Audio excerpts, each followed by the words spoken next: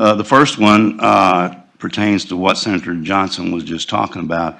If I add up the numbers that you all gave, it's $834 million that we would lose. And I understand the situation that we're in, but, you know, in my mind, the question comes, you know, what will we sell the state of Arkansas for? What will we sell our freedoms for? Would we do it for $400 million? You know, are we just bickering about price here? Because, I mean, this is a very difficult situation. But if you really believe that people should have the freedom to decide this, and I understand there's another side to this, to protecting the general health, but, you know, we're putting a dollar value on that. In my mind, that's wrong. So I'll ask you another question. On the federal monitors that would be coming in and looking at our facilities, will they be looking at the exemptions that you all allow, and will they be evaluating your decisions? In other words, could they reverse an exemption that you give? Is that something they might be doing? As the guidance is coming down now, what the surveyors are to do is to look at the process to ensure that there is a policy in place, to look at the process, and to ensure that the process was followed, that there is documentation in the file, but not to review that documentation and enact their own judgment. Is that helpful? So your decision on whether to give the exemption or not would be the final decision. That's what you think at this point? Yes, in terms of them looking at it, yes. Okay.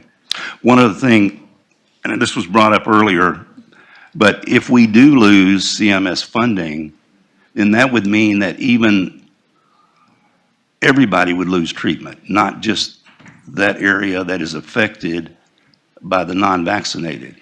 Yes, is that sir. true? Yes. If I could, just to make it very specific, looking, for example, at our human development centers. This is the primary funding for the human development centers, and if the human development centers could no longer serve Medicaid patients, as you know, most everyone in a human development center is a Medicaid patient. So it would mean that they could no longer serve those patients. We could no longer pay for those centers. The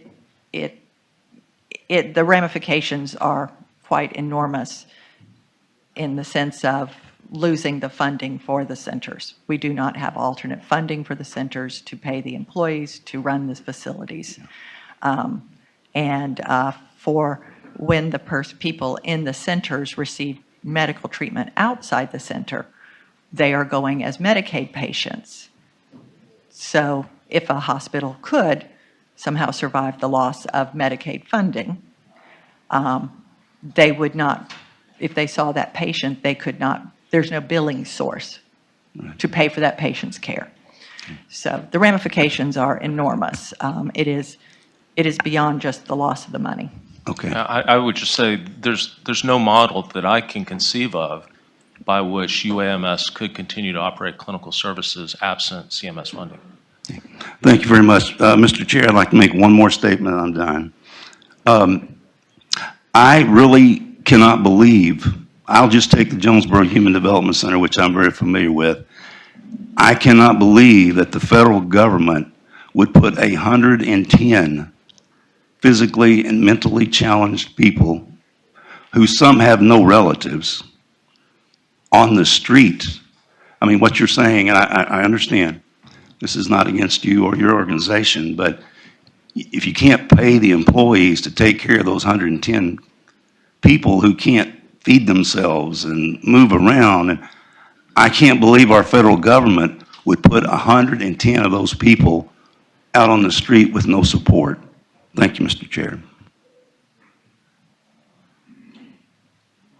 Representative Beck, you recognize for a question or statement. Thank you, Mr. Chair.